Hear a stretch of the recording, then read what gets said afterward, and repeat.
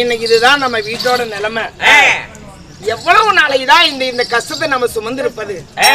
ஒரு நாளா 2 நாளா? என்னைக்கு இந்த மனப்பாவி என்னை மாலையிட்டு காசு மாணவர்கள் அழைத்து வந்தீரோ இந்த 12 ஆண்டு காலமா மழையே இல்ல. ஐயோ ஐயோ புயோ என்று குரல் கூடி ஓடி வர்றாங்க. இந்த அரண்மனையில் இருக்கிறதெல்லாம் அள்ளி அள்ளி கொடுத்து விட்டோம். இப்ப எதுவுமே இல்ல.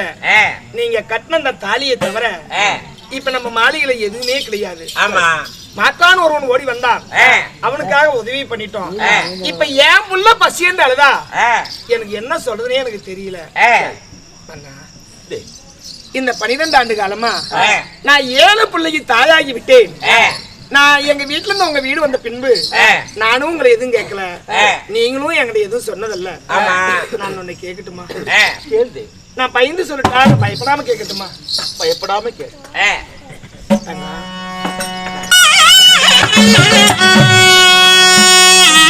என்ன மழையிட்டா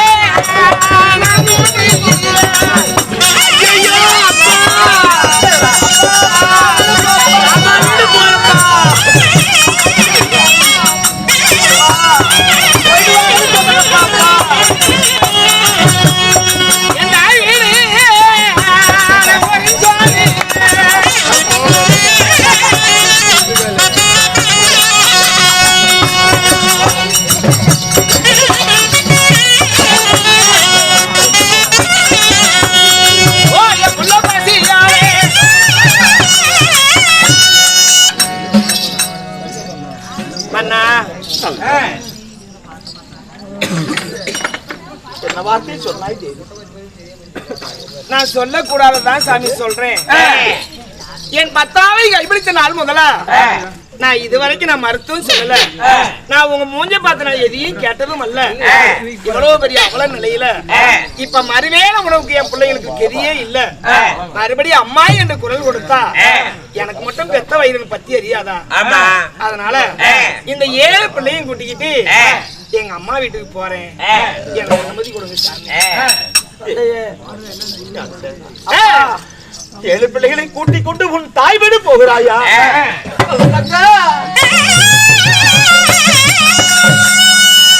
கண்ணை வாழ்ந்து கெட்டு போனோம் முன்னா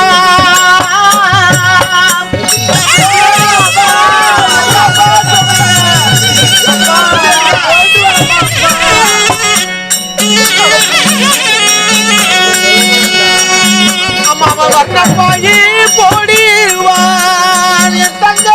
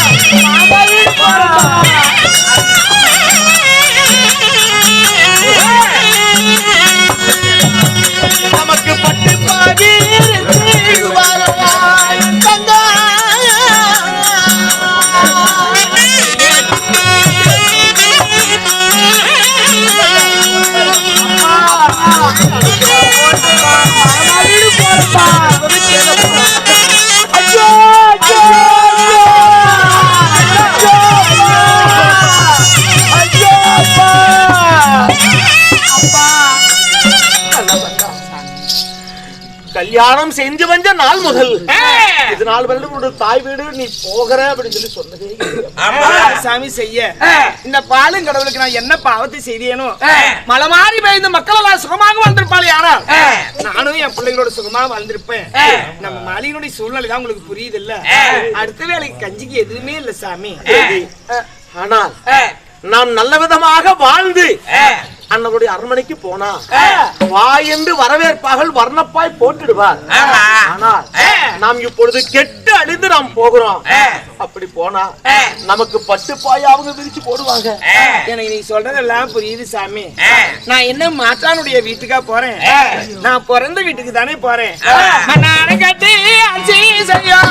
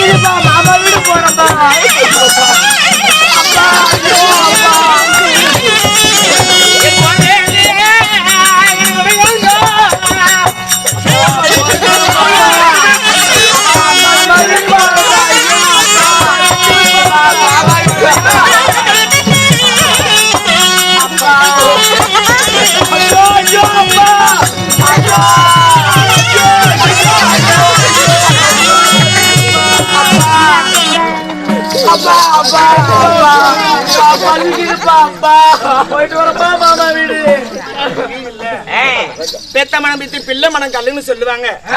இந்த பிள்ளை புலமும் போது இந்த பெத்த வயதாங்க எனக்கு கலங்குது. மனசு வைங்க சாமி. ஐயோ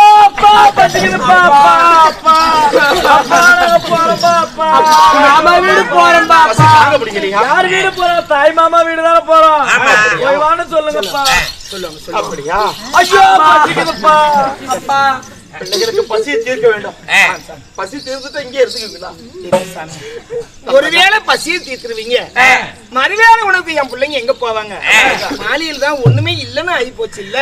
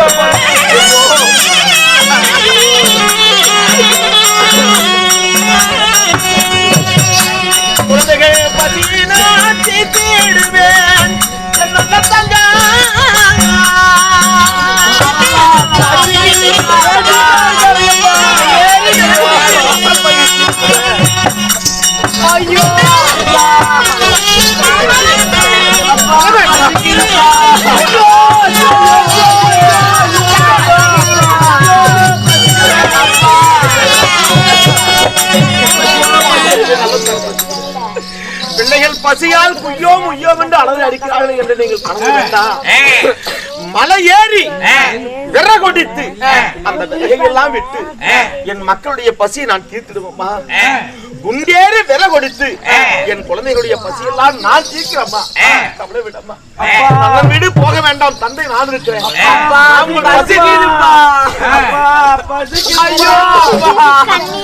கேட்கறதுலாம் நல்லாதான் இருக்கு.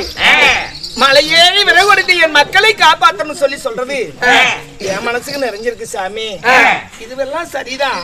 நீங்க மலையேறி போகும் முன்னே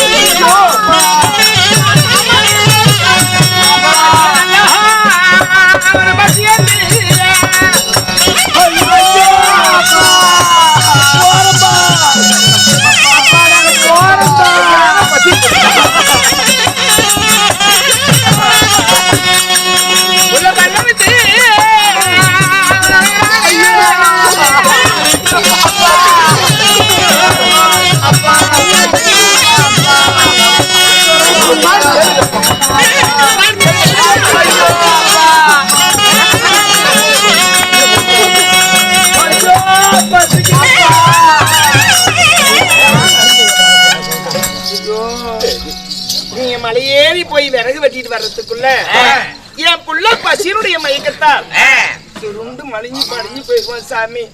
நீ என்னைக்கு போய் மலையில போய் விறகு வெட்டிக்கிட்டு வந்து ஊர்ல போய் விறகு ஊறி வித்து என் புள்ள என்னைக்கு பசி ஆடுறது?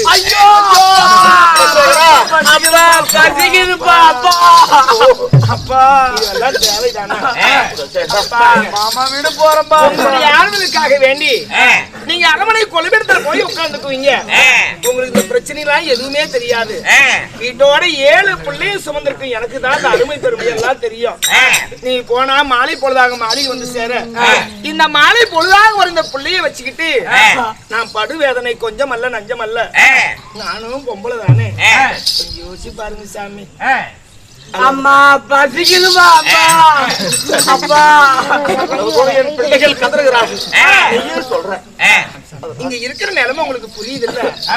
நான் என்ன பெருமைக்காகவா என் தாய் வீடு போகிறேன். இங்க வாங்க. வடமதுரை மாநகரிலே எங்க அண்ணன் ஆனகட்டி ஆட்சி புரிகிறார். சாதாரணமானவர் அல்ல. இப்படி 7 பிள்ளையை கூட்டிட்டு எங்க அண்ணன் வீட்டுக்கு போனா இத கண்ணுல பார்த்தா எங்க அண்ணன் சும்மா இருப்பாங்களா? எங்க அண்ணி தான் சும்மா இருப்பாங்களா? வான்னு சொல்லுவாங்க. எங்களுக்கு வர்ணப்பாய் போடுவாங்க. என் பிள்ளை அதாவது பசியான கூழ் குடித்து இந்த பாவம் எல்லாம் தொலைஞ்சு போய் என் வீட்டுக்கு கூட்டிட்டு வந்துருவேன். அப்படிதான் தங்கம். அம்மா அப்பா பசிக்குதுப்பா. நாங்க மாமா வீட்டுக்கு போறோம்பா. அப்பா போய் வரோம்பா. ஏன் தயங்குறீங்க? நாங்க ஊரா வீட்டுக்கா போறோம். நான் உரமுறையா வீட்டுக்கா போறோம். என் பிறந்த போறேன். எங்க அண்ணன் தாய் இல்லாத பிள்ளை என்ன தடவி தடவி வளர்த்தாரு சாமி. இந்த பிள்ளையுடைய அருமை எங்க அண்ணன் நல்லாவே தெரியும். 7 பிள்ளைங்க வீணா செத்து போயிருந்தா அண்ணன் தான் உன் கூட பிறந்தது. ஆனா உன் அண்ணியால நினைச்சாதான் எனக்கு கொஞ்சம் பயமா இருக்கு. நீங்க ஏன் என் அண்ணி பத்தி நினைக்கிறீங்க? அவங்க ஒரு தாயுடைய வயிற்றுல இருந்து வந்தவங்க தானே. அவங்க எங்களுடைய நிலைமை தெரியாமலா இருக்கும். பிள்ளைங்க வீணா செத்து போயிருவாங்க.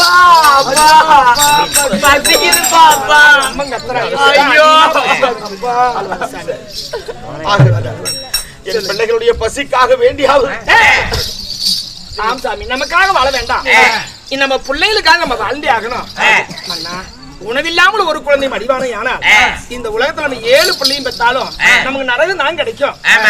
ஒரு நிமிஷம் யோசிச்சு பாருங்க. அப்பா உன் வார்த்தை பிரகாரம் அப்படியே உன் அண்ணன் வீடு போய் வா. எங்க அண்ணன் வீட்டுக்கு போவா டேய் தம்பி தூக்கு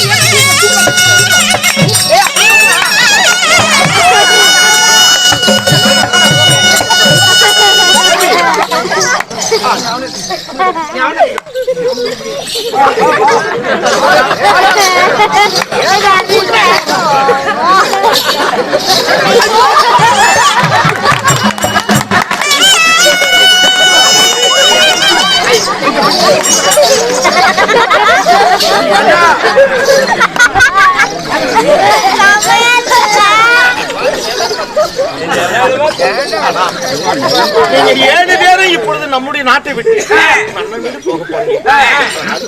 நம் நாட்டுடைய எல்லை வரைக்கும் ஆமா இல்ல 12 வருடம் ஆச்சு நான் வடமதுரைமா இருந்து காசிமா நகரம் வந்து இந்த 12 வருஷத்துல நான் வந்த தடம் தெரியல. நான் அரியா பிள்ளையா இருக்கும் இதுவும் சரிதான். வடமதுரைமா நகரம் போகக்கூடிய தடத்தை மட்டும் எனக்கு காட்சி வந்துருங்க. நான் பிள்ளைங்களை கூட்டிட்டு போறேன். புறப்படுங்க.